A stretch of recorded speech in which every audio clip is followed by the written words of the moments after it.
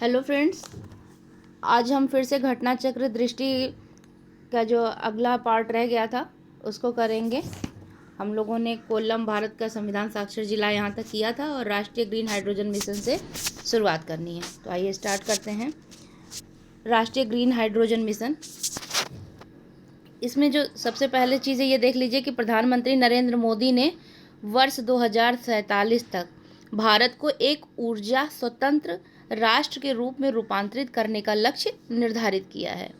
तो कब तक? 2047 तक, वर्ष 2047 तक किसने किया है? मोदी जी ने ऊर्जा स्वतंत्र राष्ट्र के रूप में रूपांतरित करने का लक्ष्य निर्धारित किया, जिसमें पेट्रोलियम जीवाश्म आधारित उत्पादों के विकल्प के रूप में हरित हाइड्रोजन एक सक्रिय भूमिका निभाएगा और साथ ही भारत ने वर्ष 2070 तक शुद्ध शून्य उत्सर्जन हासिल करने का भी लक्ष्य निर्धारित किया है।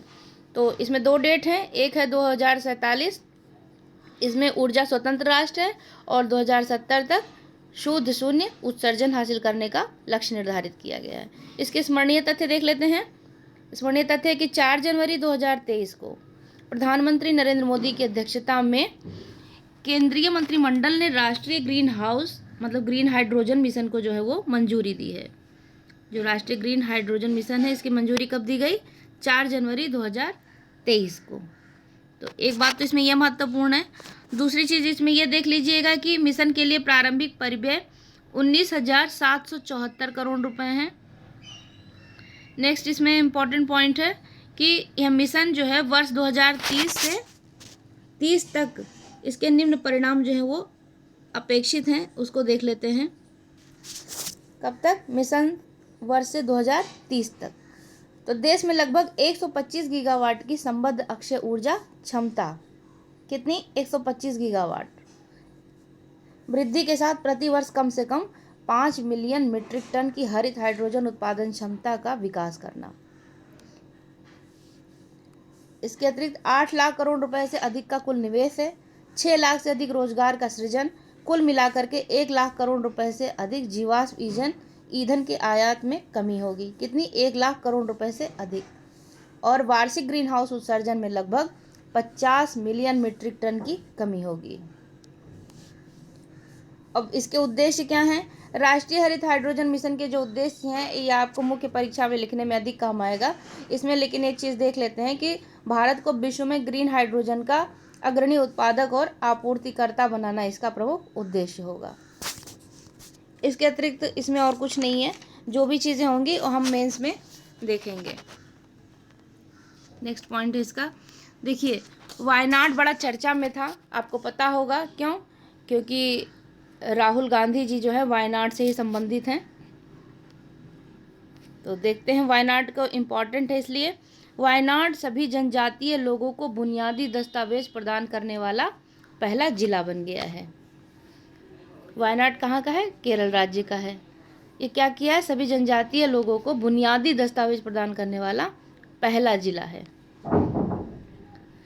अनुसूचित जनजाति समुदाय से संबंधित सभी नागरिकों को बुनियादी दस्तावेजों की उपलब्धता सुनिश्चित करने के उद्देश्य से Akshaya big campaign for document digitization नामक अभियान केरल के वायनाड जिला प्रशासन द्वारा संचालित किया गया है।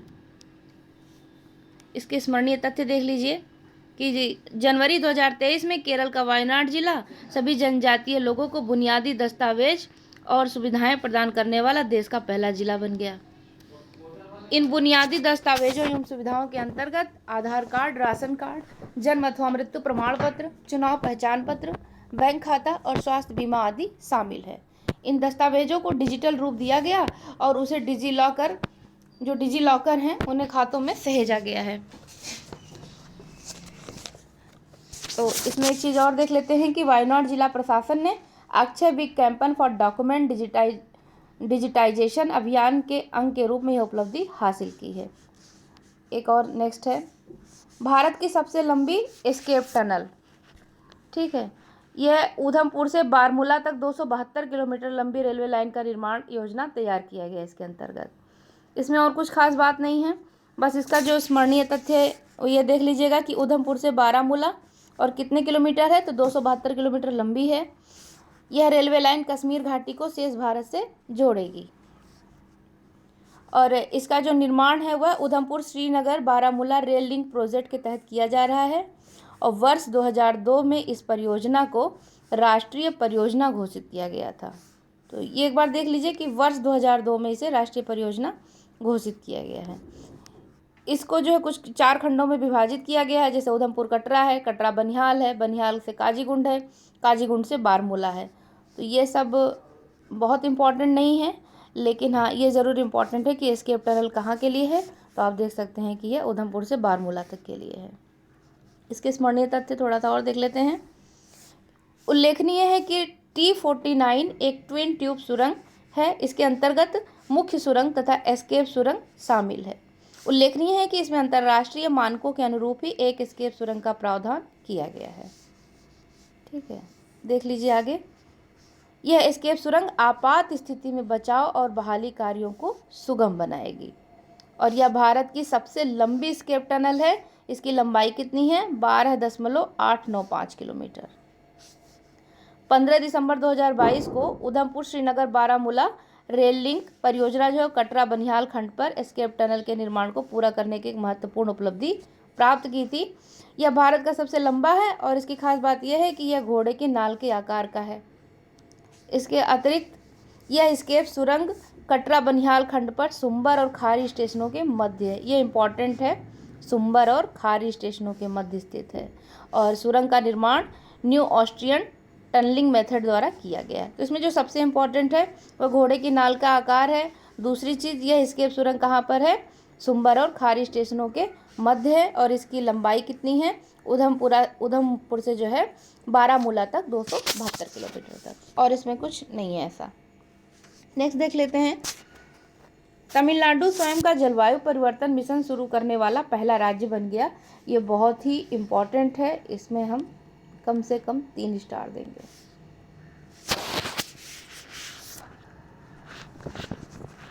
वर्ष 2021-22 के बजट के दौरान तमिलनाडु सरकार ने 500 करोड़ रुपए के कुल परिव्यय के साथ जलवायु परिवर्तन अनुकूलन और शमन गतिविधियों को शुरू करने के लिए तमिलनाडु जलवायु परिवर्तन मिशन को लॉन्च करने की घोषणा की थी। इसके अनुसरण में राज्य सरकार ने 3 प्रमुख मिशन जैसे ग्रीन तमिलनाडु मिशन, तमिलनाडु आर्द्रभूमि मिशन और तमिलनाडु जलवायु परिवर्तन मिशन को लागू करने के उद्देश्य से तमिलनाडु ग्रीन क्लाइमेट कंपनी की स्थापना की थी। इसके स्मरणीय तथ्य कौन कौन से हैं ये देख लेते हैं। सबसे पहले तो ये जान लीजिए कि 9 दिसंबर 2022 को तमिलनाडु स्वयं का जलवायु परिवर्तन मिशन शुरू करने वाला देश का पहला राज्य बन गया। ये बहुत ही इम्पॉर्टेंट है।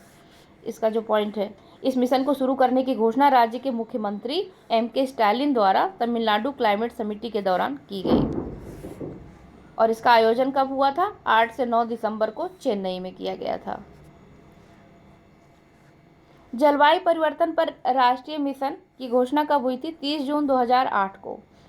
मतलब भारत सरकार ने जलवायु परिवर्तन पर राष्ट्रीय कार्य योजना को लॉन्च किया था और यह 2008 में लॉन्च हुआ था और इसमें 8 मिशन भी थे। तो जल्दी जल्दी देख लेते हैं कि वो 8 मिशन कौन से हैं, क्योंकि कभी कभी पूछ लेता है, 4 मिशन दे देगा और पूछ लेगा कि इनमें से कौन सा नहीं है। तो जान लेते हैं।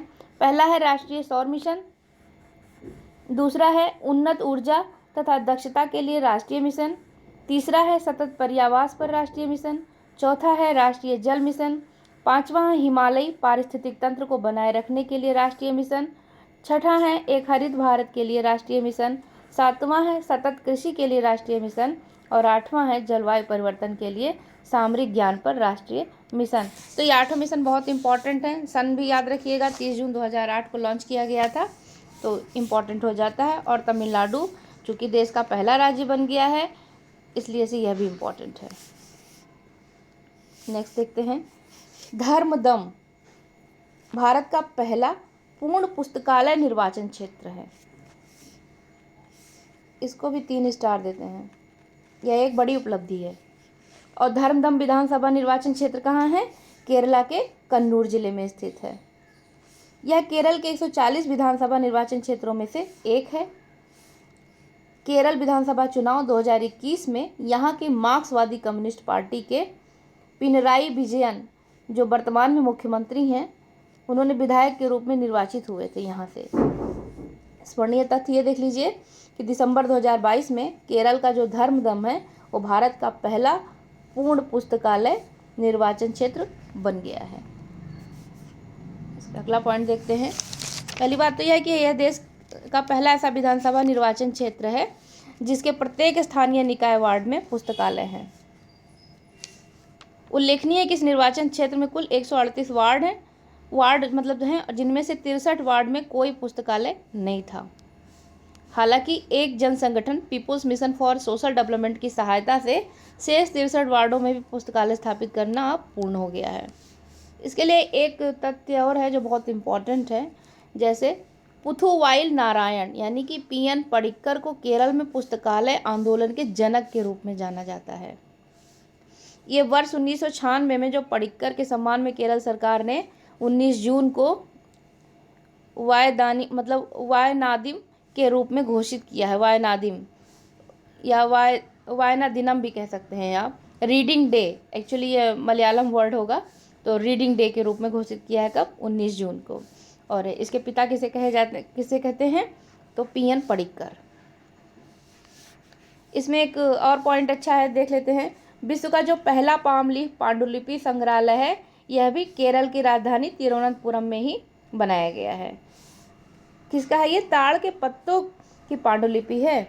ताड़ के पत्तों की पांडुलिपि संग्रहालय का शुभारंभ कहाँ किया गया है?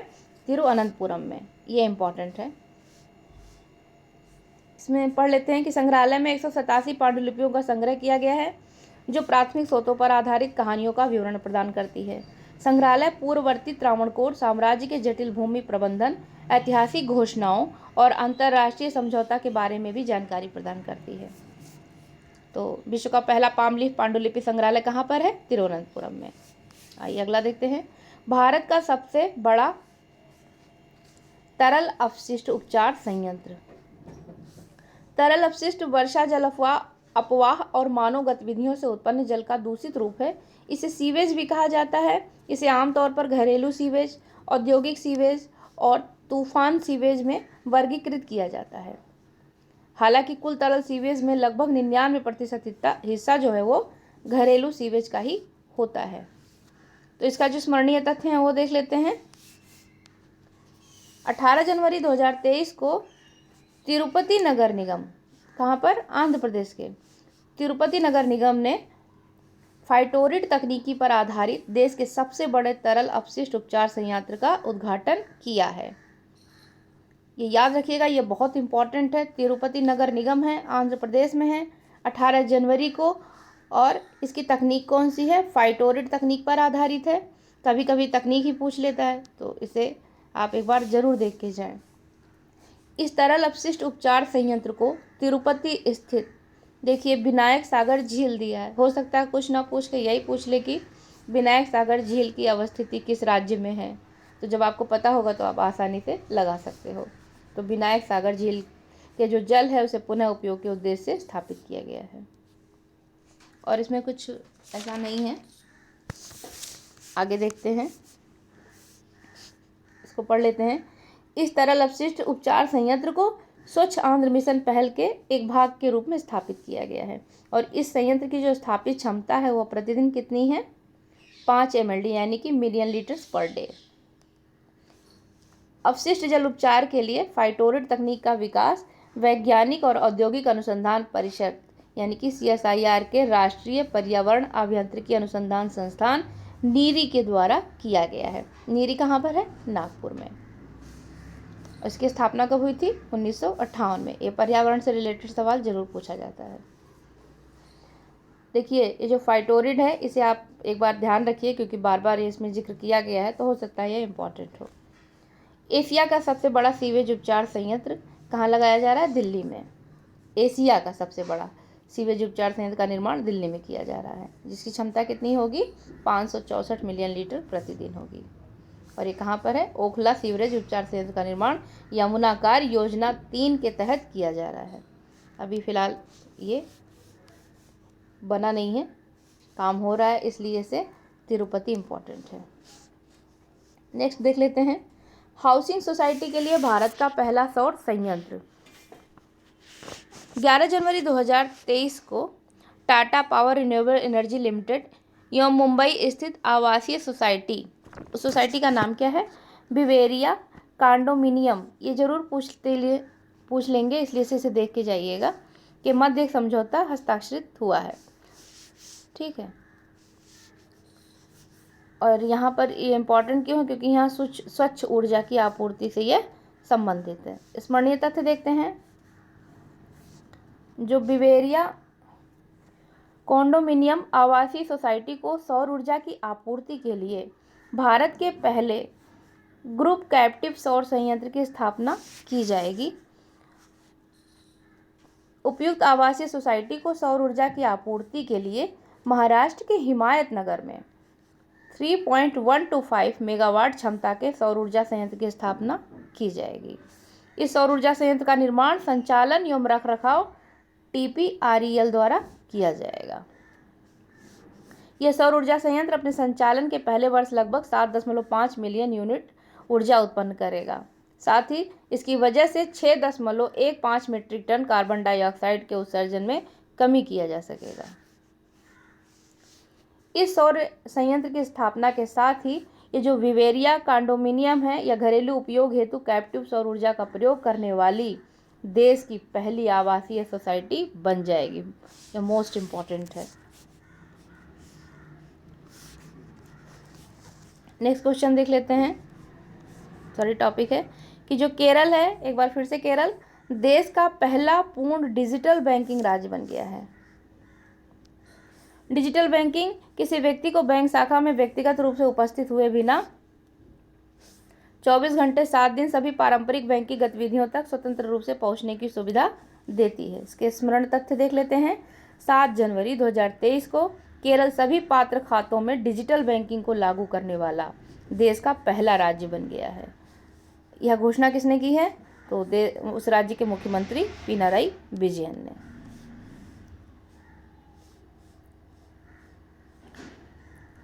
इसमें और कुछ खास बात नहीं है। इसमें देख लेते हैं कि जो राज्य स्तरीय बैंकर समिति के अनुसार राज्य में अब सभी लगभग 3.76 करोड़ खातों में कम से कम एक सेवा या उत्पाद डिजिटल रूप से उपलब्ध है। केरल द्वारा भारतीय रिजर्व बैंक की डिजिटल भुगतान पारिस्थितिक तंत्र का विस्तार और गहनता योजना के अंतर्गत इस कदम को लागू किया गया है। तो इसमें डिजिटल भुगतान पारिस्थितिक तंत्र का विस्तार और गहनता, ये पूछ सकता है कि किसकी पहल है, तो यह है रिजर्व बैंक की पहल है और इसके अंतर्गत केरला ने भी इस कदम को उठाया है। गौरतलब है कि 2021 में त्रिशूर में इस योजना के तहत डिजिटल बैंकिंग लागू करने वाला केरल का पहला जिला बना था। यानी कि पहले त्रिशूर पहला जिला कब बना है? 2021 में। नेक्स्ट देखते हैं स्मार्ट कार्यक्रम। स्मार्ट का विस्तारित रूप जो है वो scope for main streaming Ayurveda research and teaching professionals है। इस पहल के अंतर्गत ऑस्टियोआर्थराइटिस, आयरन की कमी से होने वाला anaemia, chronic bronchitis, dyslipidaemia, rheumatoid arthritis, मोटापा, मधुमेह, मेलिटस, सोरायसिस आदि में नवीन अनुसंधान विचारों पर बढ़ावा देने पर ध्यान केंद्रित किया जाएगा। इसके स्मरणीय तथ्य देख लेते हैं। 2 जनवरी 2023 को देश में आयुर्वेद के क्षेत्र में अनुसंधान एवं विकास को बढ़ावा देने हेतु स्मार्ट कार्यक्रम प्रारंभ किया गया है। यहाँ सवाल इस तरह पूछा जा सकता है कि स्मार्ट किससे संबंधित है? तो जैसे बैंकिंग दे सकता है, कुछ डिजिटल से रिलेटेड दे सकता है, तो अगर आपको पता होगा, या डिफेंस में दे सकता है। तो यदि आप जानते होंगे तो आप आसानी से लगा पाएंगे कि यह आयुर्वेद के क्षेत्र में अनुसंधान के विकास को बढ़ावा देने के लिए है। बस इसमें इतना ही जानिए। नेक्स्ट देखते हैं सामाजिक प्रगति सूचकांक 2022 भारत के राज्य और जिले। तो वर्ष 2014 में इंस्टीट्यूट फॉर कॉम्पिटिटिवनेस भारत ने सोशल प्रोग्रेस इम्परेटिव के साथ मिलकर के सामाजिक प्रगति भारत नामक एक पहल लॉन्च की थी। कब किया था? 2014 में। वर्ष 2017 में इस इंस्टीट्यूट द्वारा सामाजिक प्रगति सूचकांक भारत के राज्य नामक रिपोर्ट को लॉन्च किया गया। इसके अंतर्गत 3 आयाम पर राज्य और जिलों को प्रदर्शन करने का आकलन किया जाता है। कौन कौन से हैं? पहला है बुनियादी मानवीय आवश्यकताएं, दूसरा है रहन सहन के बेहतर तरीकों के आधार, और तीसरा है अवसर। 3 आयाम है, याद रखिएगा। कभी कभी कथन या स्टेटमेंट दे देगा, कूट दे देता है कि सही कूट का मिलान कीजिए, या इनमें से कौन सा सही है कौन सा नहीं सही है। तो जब आपको सारी बातें पता होंगी तो चाहे वो डिटेल में पूछे चाहे वन लाइनर पूछे, आप कर सकते हो। तो स्मरणीय तथ्य हैं, 20 दिसंबर 2022 को प्रधानमंत्री की आर्थिक सलाहकार परिषद द्वारा सामाजिक प्रगति सूचकांक 2022 भारत के राज्य और जिले नामक एक रिपोर्ट जारी की गई है। कौन जारी करता है इसे? प्रधानमंत्री की आर्थिक सलाहकार परिषद। यह रिपोर्ट इंस्टीट्यूट फॉर कॉम्पिटिटिवनेस यानी कि मानद चेयरमैन अमित कपूर तथा वाशिंगटन डीसी स्थित सोशल प्रोग्रेस इम्परेटिव द्वारा, यानी कि उसके सीईओ कौन है, माइकल ग्रीन द्वारा तैयार की गई है। सामाजिक प्रगति सूचकांक, जिसे एसपीआई भी कहते हैं, इसके अंतर्गत भारत के 36 राज्य केंद्र शासित प्रदेशों और करीब 707 जिलों को शामिल किया गया है, यानी कि 36 राज्य और 707 जिले इसमें शामिल हैं। एसपीआई में प्राप्त स्कोर के आधार पर राज्यों एवं जिलों को सामाजिक प्रगति के 6 स्तरों के तहत रैंकिंग दी जाती है। वहाँ देखिए 3 आयाम थे और यहाँ पर 6 स्तर हैं। कौन कौन से हैं? अत्यधिक उच्च सामाजिक प्रगति, उच्च सामाजिक प्रगति, ऊपरी मध्य सामाजिक प्रगति, निम्न मध्य सामाजिक प्रगति या निम्न सामाजिक प्रगति।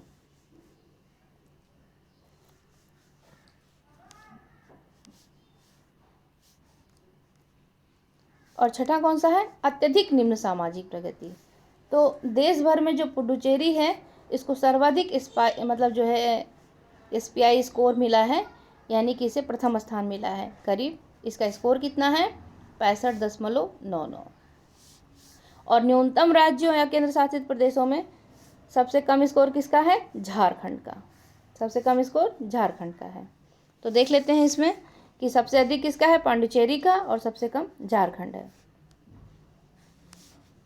6 आयाम हैं जिनके मतलब 6 स्तर हैं जिन पर इन्हें जज किया जाता है, और 3 आयाम है जिस पर यह रिपोर्ट जारी की जाती है।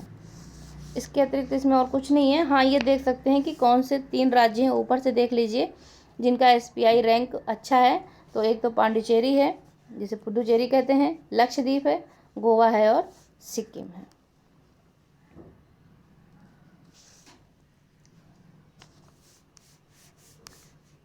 और इसमें जो एसपीआई स्तर 2 है, इसमें 10वें नंबर पे कौन है? जम्मू कश्मीर है, पंजाब है, दादर नगर हवेली है, लद्दाख है।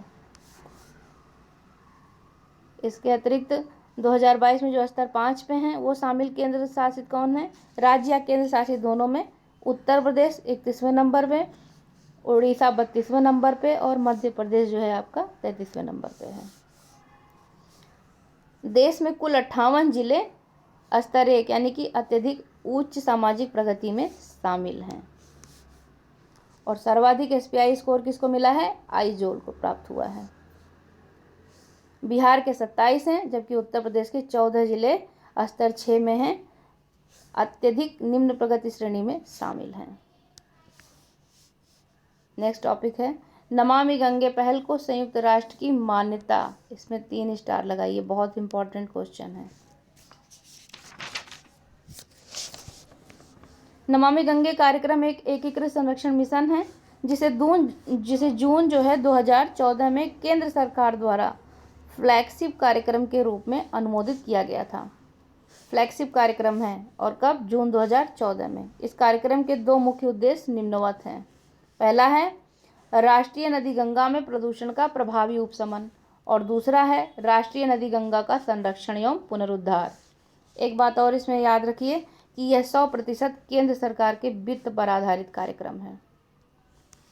मूलतः नमामि गंगे कार्यक्रम की अवधि जून 14 से 31 मार्च 21 तक निर्धारित थी। हालांकि भविष्य में भी इस कार्यक्रम की आवश्यकता के दृष्टिगत केंद्र सरकार ने फरवरी 2023 में नमामि गंगे मिशन 2 को स्वीकृति प्रदान की है, और यह मिशन 2026 तक प्रभावी रहेगा। तो इसमें ये डेट जरूर याद रखिएगा, 2026 तक प्रभावी रहेगा, और फरवरी 23 में इसे गंगा मिशन जो है वो दूसरा शुरू किया गया है। नेक्स्ट है, इसके स्मरणीय तथ्य देख लेते हैं। 13 दिसंबर 2022 को संयुक्त राष्ट्र ने गंगा नदी पुनरुद्धार यानी कि नमामि गंगे पहल को प्राकृतिक विश्व को पुनर्जीवित करने वाली विश्व की 10 शीर्ष पुनर्स्थापन फ्लैगशिप पहलों में से एक के रूप में इसे मान्यता दी है। और ये कहाँ हुआ है? यह घोषणा मॉन्ट्रियल कनाडा में आयोजित जैव विविधता पर अभिसमय के पक्षकारों के सम्मेलन की 15वीं बैठक के दौरान भाग 2 में की गई। इसमें एक चीज़ याद रखिएगा, जैव विविधता पर जो सम्मेलन हुआ है COP15, वो कहाँ हुआ है? मॉन्ट्रियल कनाडा में। यहाँ से एक फैक्ट ये भी मिल गया, इम्पॉर्टेंट है। और बैठक कौन सी थी? 15वीं है। नमामि गंगे सहित कुल 10 पहलों को संयुक्त राष्ट्र विश्व पुनर्स्थापन फ्लैगशिप पहल घोषित किया गया है। इस घोषणा के कारण ये पहले संयुक्त राष्ट्र को प्रोत्साहन, सलाह तथा वित्तीय हेतु योग्य हो जाएंगी। मतलब ये जो पहले हैं, जो भी 10 हैं, इनको अब संयुक्त राष्ट्र से प्रोत्साहन मिलेगा, सलाह मिलेगी और साथ साथ फंडिंग भी होगी। ये पहले संयुक्त राष्ट्र पर्यावरण कार्यक्रम यानी कि UNEP तथा संयुक्त राष्ट्र खाद्य एवं कृषि संगठन द्वारा समन्वित एक वैश्विक आंदोलन, इसे कहते हैं पारिस्थितिक तंत्र पुनर्स्थापन पर संयुक्त राष्ट्र दशक के बैनर के तहत चयनित की गई हैं। एक पॉइंट इसमें ये अच्छा है कि जो संयुक्त राष्ट्र पारिस्थितिक तंत्र पुनर्स्थापन दशक की जो अवधि है वो कब तक है? 2021 से 2030 तक। ये इम्पॉर्टेंट है। यहाँ पर एक चीज़ नहीं दिया गया है लेकिन हम बता देते हैं, नमामि गंगे का जो शुभंकर है वो कौन है? चाचा चौधरी। हो सकता है शुभंकर पूछ ले, तो इसका शुभंकर चाचा चौधरी हैं। अब देखिए, गुजरात और हिमाचल प्रदेश में विधानसभा चुनाव थी, तो देख लेते हैं। गुजरात की 14वीं विधानसभा के कार्यकाल की समाप्ति कब हुई थी? 18 फरवरी 2023 को निर्धारित थी। और हिमाचल प्रदेश की 13वीं विधानसभा की कार्यकाल की समाप्ति भी करीब 8 जनवरी 23 को निर्धारित थी। अतः भारत निर्वाचन आयोग द्वारा जारी अधिसूचना के तहत गुजरात में नई विधानसभा के गठन के लिए 2 चरणों में, और जबकि हिमाचल प्रदेश विधानसभा चुनाव के लिए 1 चरण में चुनाव करवाने की घोषणा की गई थी। गुजरात में प्रथम चरण के निर्वाचन हेतु मतदान 1 दिसंबर 2022 को और द्वितीय चरण में मतदान 5 दिसंबर 2022 को संपन्न हुआ था। और हिमाचल में यह 12 नवंबर 2022 को संपन्न हुआ था, करीब 1 चरण में। इसमें स्मरणीय तथ्य क्या है, यही देख लीजिए कि गुजरात में कुल कितनी विधानसभा सीटें हैं या फिर हिमाचल प्रदेश में कितनी विधानसभा सीटें हैं। यही दोनों चीज़ें हैं। वहाँ के विधानसभा अध्यक्ष कौन है ये देख लीजिएगा, मुख्यमंत्री कौन बने हैं ये देख लीजिए। यही सवाल हैं जो बार बार पूछे जाते हैं। जैसे देखिए यहाँ पर दिया हुआ है कि जो शंकर चौधरी हैं वो 15वीं गुजरात विधानसभा के अध्यक्ष चुने गए हैं, तो ये इम्पोर्टेंट है। इसके पहले भी हमने आगे सबसे पहले त्रिपुरा, नागालैंड में देखा था कि कहाँ चुनाव हुआ है, तो वहाँ पर भी कितनी सीटें हैं और कौन विधानसभा अध्यक्ष है, कौन मुख्यमंत्री है, ये देख लीजिए। भूपेंद्र पटेल ने गुजरात के मुख्यमंत्री के रूप में शपथ ग्रहण किया है।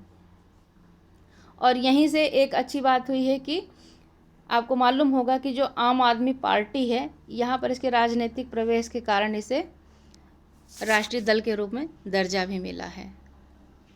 और कुछ ऐसा इसमें है नहीं जो आपको बताएं। ये नहीं पूछेगा कि कितने % किसको सीटें मिली हैं, कौन कितने % सीट निकाला। तो सबसे आसान बात इतनी से कि आप ये जान लें कि गुजरात विधानसभा में जैसे 182 सीटें हैं, ये देख सकते हैं कौन यहाँ पर जो है मुख्यमंत्री बना है और कौन विधानसभा अध्यक्ष है, तो ये आप देख लीजिएगा।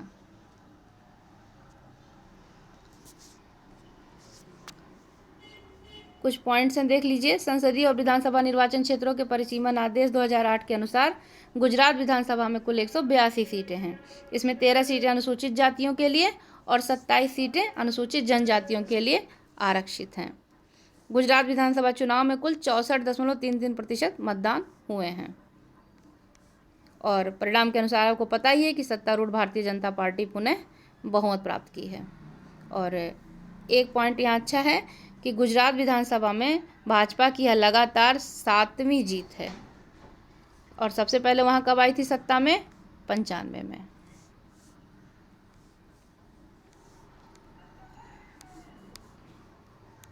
नेक्स्ट है हिमाचल प्रदेश का, देख लेते हैं। यहाँ भी परिसीमन आदेश 2008 के अनुसार हिमाचल प्रदेश में कुल सीटें कितनी थी? 68 सीटें हैं।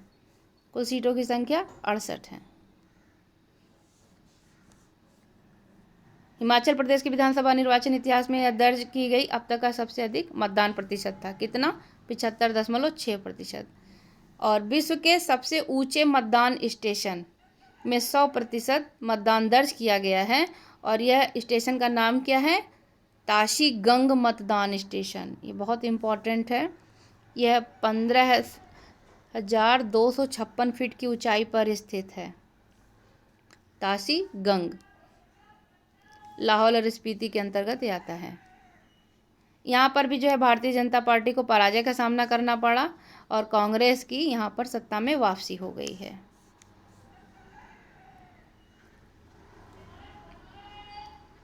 और यहाँ के मुख्यमंत्री कौन बने हैं? सुखविंदर सिंह सुक्खू, जबकि मुकेश अग्निहोत्री ने उप मुख्यमंत्री का पदभार ग्रहण किया है। याद रखिएगा, कुल 68 सीटें हैं। नेक्स्ट है, हिमालय याक को खाद्य पशु का दर्जा दिया गया है। हिमालय याक को, इसका वैज्ञानिक नाम देख लीजिए, उसे कभी पूछा नहीं जाता है। अधिक ऊंचाई पर पाया जाने वाला पशु है ये, जिसमें बाइसन, भैंस और मवेशी आदि शामिल हैं। ये भारतीय उपमहाद्वीप के हिमालयी क्षेत्र, तिब्बती पठार तथा मंगोलिया आदि में पाए जाते हैं। भारत में ये लद्दाख, जम्मू कश्मीर, सिक्किम, अरुणाचल प्रदेश, हिमाचल प्रदेश, पश्चिम बंगाल और उत्तराखंड में पाए जाते हैं। जो 20वीं पशुधन गणना हुई थी 2019 में, उनके अनुसार भारत में लगभग 58,000 याक हैं और यह संख्या जो है 2012 में आयोजित पिछली पशुधन गणना से लगभग 24.67% कम है। यही कारण रहा कि 26 नवंबर 22 को जारी विज्ञप्ति के अनुसार भारतीय खाद्य संरक्षा और मानक प्राधिकरण यानी कि FSSAI के वैज्ञानिक पैनल द्वारा हिमालय याक को एक खाद्य पशु के रूप में स्वीकार किया गया। याक को खाद्य पशु के रूप में वर्गीकृत करने की सिफारिश जो है पशुपालन और डेयरी विभाग द्वारा की गई थी। किसके? पशुपालन और डेयरी विभाग द्वारा। खाद्य पशु क्या होते हैं ये देख लेते हैं। खाद्य पशु वे हैं जिन्हें मनुष्यों द्वारा पाला जाता है और खाद्य उत्पादन या उपभोग के लिए उपयोग किया जाता है। FSSAI द्वारा खाद्य पशु के रूप में पहचान से याक को पारंपरिक दूध और मांस उद्योग का हिस्सा बनाने में मदद मिलेगी। इससे याकों की संख्या में जो गिरावट आई है उसे नियंत्रित किया जा सकता है। राष्ट्रीय याक अनुसंधान केंद्र दिरांग, पश्चिम कामेंग जिला, अरुणाचल प्रदेश द्वारा याक को एक खाद्य पशु के रूप में स्वीकार करने के लिए वर्ष 2021 में FSSAI के समक्ष एक प्रस्ताव प्रस्तुत किया गया था। ठीक है, तो ये दिरांग याद रखिएगा। नेक्स्ट है, देख लीजिए ऐसे ही प्रयागराज, आगरा और गाजियाबाद में पुलिस कमिश्नर प्रणाली जो है वो लागू कर दी गई है। इसके अतिरिक्त कहाँ कहाँ पर है ये भी देख लीजिएगा। 3 नए जिले फिलहाल हैं, जिसमें प्रयागराज, गाजियाबाद और आगरा है। और टोटल जिले कितने हो गए हैं अब जहाँ पर कमिश्नरी है? तो लखनऊ है, गौतम बुद्ध नगर है, कानपुर, वाराणसी, गाजियाबाद, आगरा और प्रयागराज। कुल 7 जिले हैं। कुल 7 जिले देखिए, लखनऊ, गौतम बुद्ध नगर, कानपुर, वाराणसी और गाजियाबाद। 2022 में कौन कौन से हैं? गाजियाबाद, आगरा और प्रयागराज। अब देख लीजिए स्टैचू ऑफ प्रॉस्पेरिटी।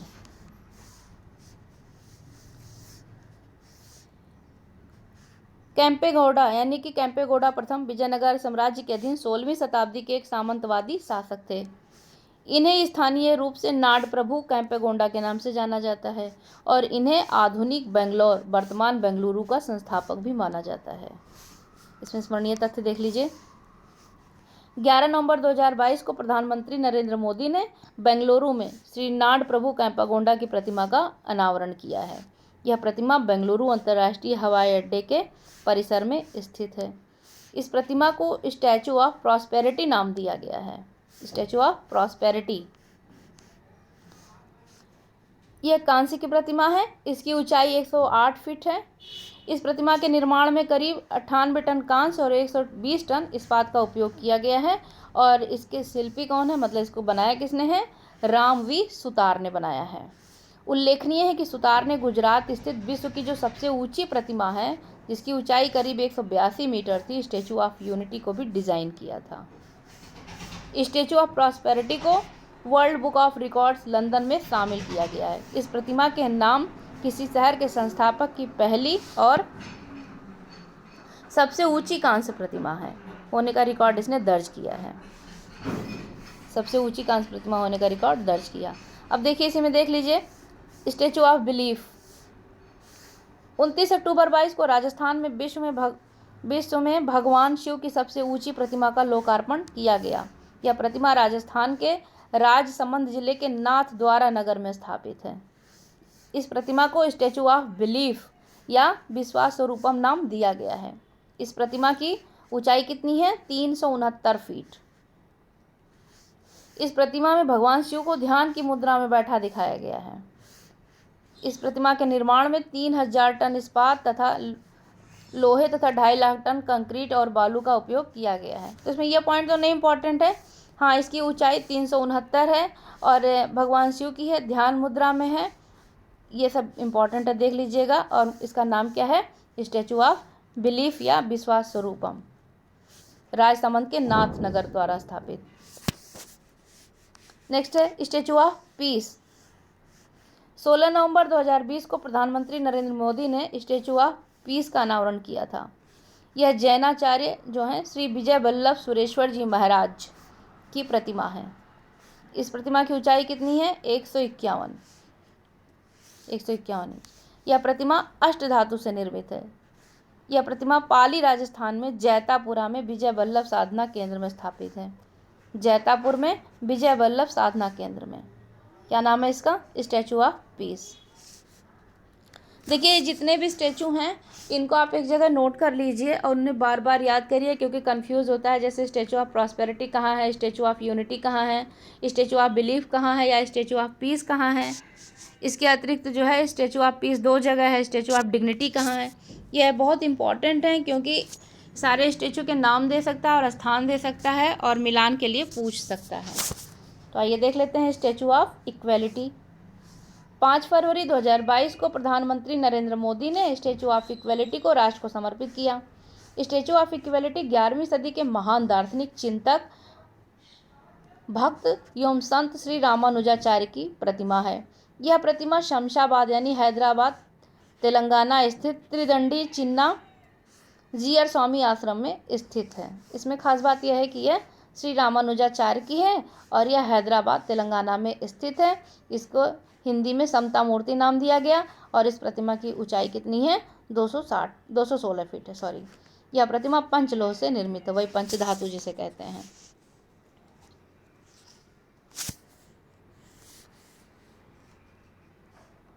एक चीज इसमें और देख लेते हैं कि स्टैचू ऑफ इक्वलिटी बैठी हुई मुद्रा में विश्व की दूसरी सबसे ऊंची प्रतिमा है, जबकि थाईलैंड में स्थित ग्रेट बुद्धा जो है वो बैठी हुई मुद्रा में विश्व की सबसे ऊंची प्रतिमा मानी जाती है, जिसकी ऊंचाई 302 फीट है।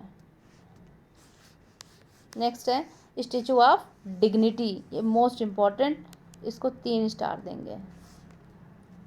12 अक्टूबर 2002 को उत्तर प्रदेश के मुख्यमंत्री योगी आदित्यनाथ ने अयोध्या जनपद में स्वामी रामानुजाचार्य की प्रतिमा का अनावरण किया है। इसे स्टैचू ऑफ डिग्निटी या मर्यादा मूर्ति का नाम दिया गया है। यह प्रतिमा हैदराबाद में स्थापित स्वामी रामानुजाचार्य की 216 फीट ऊंची प्रतिमा स्टैचू ऑफ इक्वलिटी की छोटी प्रतिकृति है। नेक्स्ट है statue of peace, Jammu Kashmir. देखिए जुलाई 22 में केंद्रीय गृह मंत्री अमित शाह ने श्रीनगर, जम्मू कश्मीर में स्थापित स्वामी रामानुजाचार्य की प्रतिमा का अनावरण किया है।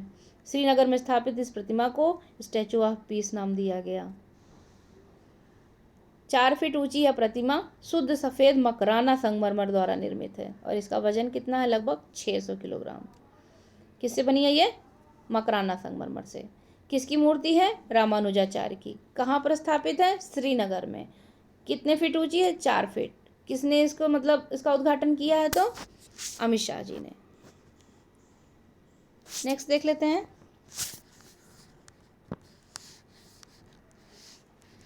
उत्तर प्रदेश का पहला ईट राइट स्टेशन। FSSAI सभी भारतीयों को सुरक्षित, स्वस्थ और दीर्घकालिक आहार की उपलब्धता सुनिश्चित करने के लिए ईट राइट इंडिया नामक आंदोलन संचालित कर रहा है। ईट राइट इंडिया की जो टैग लाइन है वो क्या है?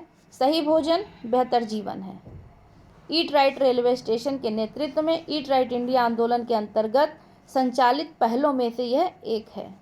इसके अंतर्गत रेलवे स्टेशन पर स्थित सभी खाद्य विक्रेताओं को लक्षित किया गया है ताकि उनके द्वारा रेल यात्रियों, अधिकारियों, रेल स्टाफ आदि के लिए खाना पकाने और उसे परोसने के दौरान सुरक्षित रखरखाव के तरीकों के पालन को सुनिश्चित किया जाए। इस पहल के तहत प्रमाणित किए जाने के लिए किसी निर्दिष्ट रेलवे स्टेशन पर सभी खाद्य विक्रेताओं को FSSAI के 4 स्टैक यानी कि food safety training and certification कार्यक्रम के अंतर्गत प्रशिक्षण प्राप्त करना अनिवार्य होगा। इसके स्मरणीय तथ्य कौन से हैं ये देख लेते हैं। 7 नवंबर 2022 को प्रयागराज रेलवे स्टेशन को भारतीय खाद्य संरक्षा और मानक प्राधिकरण द्वारा ईट राइट स्टेशन प्रमाण पत्र दिया गया है। यह बहुत ही इम्पोर्टेंट है क्योंकि यह उत्तर प्रदेश का है, तो प्रयागराज। और उत्तर प्रदेश का तो पहला है, लेकिन यह मध्य रेलवे का तीसरा रेलवे स्टेशन है। इसके पहले जो है ग्वालियर और डबरा पूर्व उत्तर मध्य रेलवे के प्राप्त कर चुके हैं।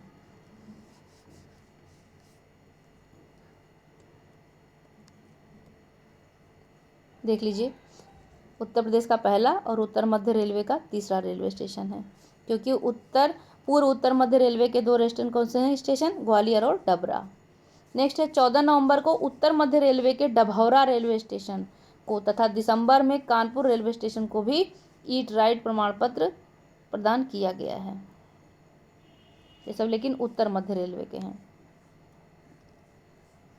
ज्ञातव्य है कि 3 दिसंबर 2019 को मुंबई सेंट्रल रेलवे स्टेशन को FSSAI द्वारा देश के पहले ईट राइट स्टेशन के लिए प्रमाणित किया गया था और दिसंबर 22 में रेल यात्रियों को उच्च गुणवत्ता का पौष्टिक भोजन उपलब्ध कराने के लिए जो वाराणसी कैंट रेलवे स्टेशन है उसे 5 स्टार रेटिंग के साथ ईट राइट स्टेशन प्रमाण पत्र दिया गया है। तो इसमें अभी के लिए चूंकि तत्काल में प्रयागराज ही है इसलिए इसे इम्पोर्टेंट है, देख लीजिएगा। और पहला मुंबई है तो मुंबई भी देख लीजिएगा। प्रधानमंत्री भारतीय जन उर्वरक परियोजना, एक राष्ट्र एक उर्वरक। एक राष्ट्र एक उर्वरक। उर्वरक ऐसे पादप पोषक तत्व हैं जिनका उत्पादन वाणिज्यिक रूप से अकार्बनिक रसायनों से किया जाता है। भारत में सर्वाधिक प्रयोग किए जाने वाले उर्वरक यूरिया का एक मूल्य केंद्र सरकार द्वारा नियंत्रित होता है। उत्पादक कंपनियां यूरिया को एक निश्चित MRP पर बेचती हैं जो उत्पादन लागत का मात्र 10 से 20% तक होता है। शेष 80 से 90% तक उत्पादन लागत केंद्र सरकार उत्पादकों को सब्सिडी के रूप में उपलब्ध कराती है, यानी कि 80 से 90% सब्सिडी दी जाती है केंद्र सरकार के द्वारा। अन्य उर्वरक जैसे DAP और MOP आदि की कीमतें आधिकारिक रूप से केंद्र सरकार द्वारा नियंत्रित नहीं की जाती, हालांकि ये उर्वरक सब्सिडी प्रणाली के अंतर्गत ही आते हैं। इसके स्मरणीय तत्व देख लेते हैं।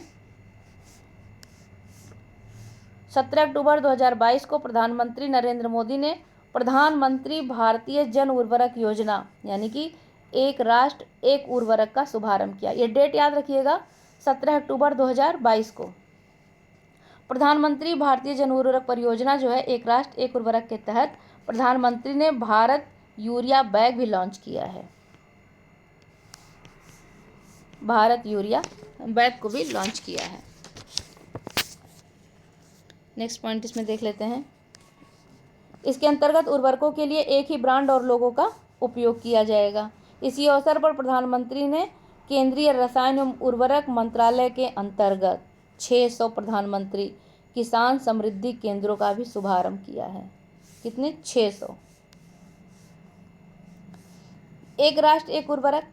इस योजना के अंतर्गत सब्सिडी वाले उर्वरक पूरे देश में एक ही ब्रांड नाम भारत के तहत विक्रय किए जाएंगे। अब यूरिया पूरे देश में केवल भारत ब्रांड नाम से ही उपलब्ध होगा। स्पष्ट है कि भारत सरकार ने उर्वरक उत्पादक कंपनियों के लिए उनके उत्पादों का विपणन भारत ब्रांड नाम के अंतर्गत करना अनिवार्य कर दिया है। इससे उत्पादन करने वाली कंपनियों से निरपेक्ष पूरे देश में उर्वरक ब्रांडों का मानकीकरण सुनिश्चित होगा। इस योजना के तहत कंपनियों को अपने उर्वरक बैग के केवल 1/3 स्थान पर अपना नाम, लोगो एवं अन्य प्रासंगिक उत्पाद संबंधी जानकारी प्रदर्शित करने की अनुमति होगी।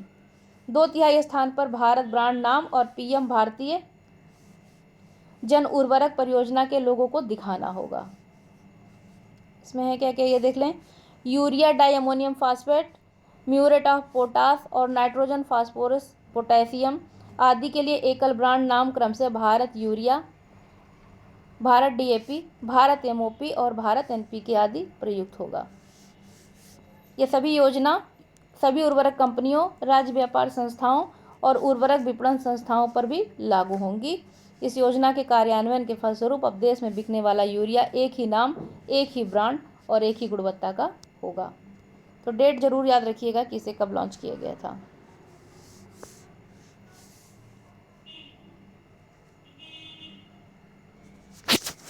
अगला पॉइंट है इसका पब्लिक अफेयर्स इंडेक्स 2022।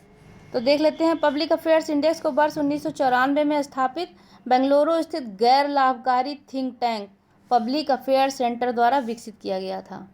यह सूचकांक वर्ष 2016 से प्रति वर्ष जारी किया जा रहा है और इस सूचकांक के तहत भारत के राज्यों को उनके प्रशासनिक प्रदर्शन के आधार पर रैंक दी जाती है। कब से जारी किया जा रहा है? 2016 से रेगुलर। और खास बात क्या है? यह एक गैर लाभकारी थिंक टैंक है। इसके स्मरणीय तथ्य देख लेते हैं। 14 अक्टूबर 22 को पब्लिक अफेयर्स सेंटर द्वारा वार्षिक रिपोर्ट पब्लिक अफेयर्स इंडेक्स को प्रकाशित किया गया। पब्लिक अफेयर्स इंडेक्स का यह 7वां वार्षिक संस्करण है। संस्करण जरूर याद रखिए, आजकल पूछ लेता है कि यह कौन सा संस्करण है। इस सूचकांक में राज्यों को जनसंख्या आकार की दृष्टि से 18 बड़े राज्य और 10 छोटे राज्यों में वर्गीकृत किया गया है। पब्लिक अफेयर इंडेक्स 2022 में केंद्र शासित प्रदेशों को शामिल नहीं किया गया और बड़े राज्यों की श्रेणी में हरियाणा सर्वश्रेष्ठ प्रशासित राज्य घोषित किया गया है और छोटे राज्यों में सिक्किम। याद रखिएगा, बड़े राज्यों में हरियाणा और छोटे राज्यों में सिक्किम। नेक्स्ट है दूसरा तीसरा भी देख लीजिए, कभी कभी पहला नहीं पूछता है। तो बड़े राज्यों में हरियाणा, तमिलनाडु, केरल और छत्तीसगढ़ और छोटे राज्यों में सिक्किम, हिमाचल, उत्तराखंड और गोवा। इस श्रेणी में नागालैंड ने 0.3104 के समग्र स्कोर के साथ जो है वो अंतिम स्थान प्राप्त किया है, 10वां। सूचकांक में उत्तर प्रदेश को बड़े राज्यों की श्रेणी के तहत ही शामिल किया गया था। ये तो जाहिर सी बात है। और इसका जो स्थान है वो कितना है? 12वां स्थान प्राप्त किया है। सुधार भी किया है 0.5201 के तहत। और अंतिम स्थान किसे मिला है? विदित हो कि 2021 में से अंतिम स्थान मिला था उत्तर प्रदेश को। अब इसने सुधार किया है और 12वां स्थान प्राप्त किया है। नेक्स्ट है हिमाचल प्रदेश जलवायु विद्युत परियोजनाओं की आधारशिला। पनबिजली परियोजनाओं को उनके आकार के आधार पर आमतौर पर 2 खंडों में वर्गीकृत किया जाता है, छोटे और बड़े जल विद्युत परियोजनाएं। भारत में 25 मेगावाट या उससे कम क्षमता की पनबिजली परियोजनाओं के रूप में वर्गीकृत किया जाता है। इसके स्मरणीय तथ्य देख लेते हैं।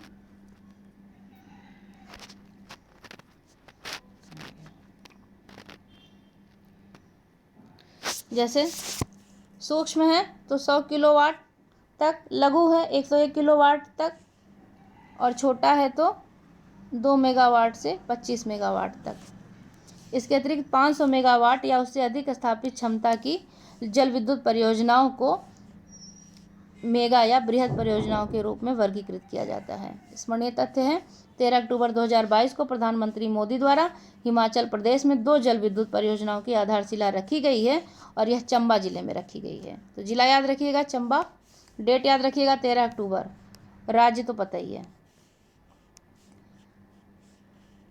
पहला है कि 48 मेगावाट की चांजू 3 पनबिजली परियोजना और 30 मेगावाट की देवथल चांजू पनबिजली परियोजना।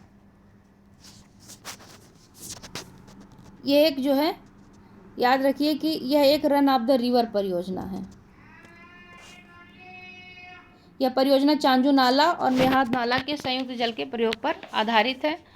देवथू भी जो है रन ऑफ द रिवर परियोजना है, यह चंबा में ही है। इसमें और कुछ खास इंपॉर्टेंट नहीं है। भारत में जल विद्युत क्षमता केंद्रीय विद्युत मंत्रालय के अनुसार मार्च 2023 तक भारत में कुल स्थापित विद्युत क्षमता 4,12,212 मेगावाट, जिसमें जीवाश्म और गैर जीवाश्म दोनों हैं। ये पूछेगा नहीं, इसलिए से इसको छोड़ देते हैं। नेक्स्ट है बल्क ड्रग पार्क की आधारशिला।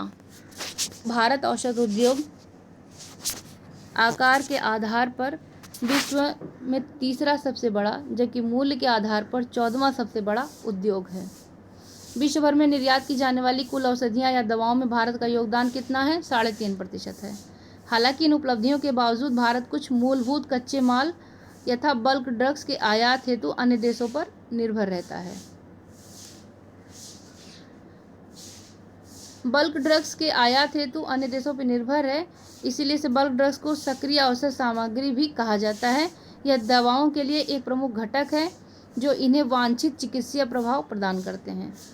इसके स्मरण तथ्य देख लें। 13 अक्टूबर 2022 को प्रधानमंत्री नरेंद्र मोदी द्वारा हिमाचल प्रदेश के ऊना में बल्क ड्रग पार्क की आधारशिला रखी गई। यही इम्पोर्टेंट है। 13 अक्टूबर को मोदी जी द्वारा हिमाचल प्रदेश के ऊना में बल्क ड्रग पार्क की आधारशिला रखी गई है। ध्यातव्य है कि पहले बल्क ड्रग पार्क की आधारशिला 10 अक्टूबर को गुजरात के भरूच जिले में जंबूसर में रखी गई थी। 1 सितंबर 22 को औषध विभाग ने बल्क ड्रग पार्कों को बढ़ावा देने की योजना के तहत 3 राज्यों यथा हिमाचल, गुजरात और आंध्र प्रदेश में इसकी स्थापना की सैद्धांतिक मंजूरी प्रदान की थी। यह देश में बल्क ड्रग विनिर्माण को सहायता देने के लिए शुरू की गई एक प्रमुख पहल है। आज बस इतना ही। इसका अगला पार्ट देखेंगे। तब तक के लिए इसको पढ़ते रहिए, रिवीजन करते रहिए। धन्यवाद।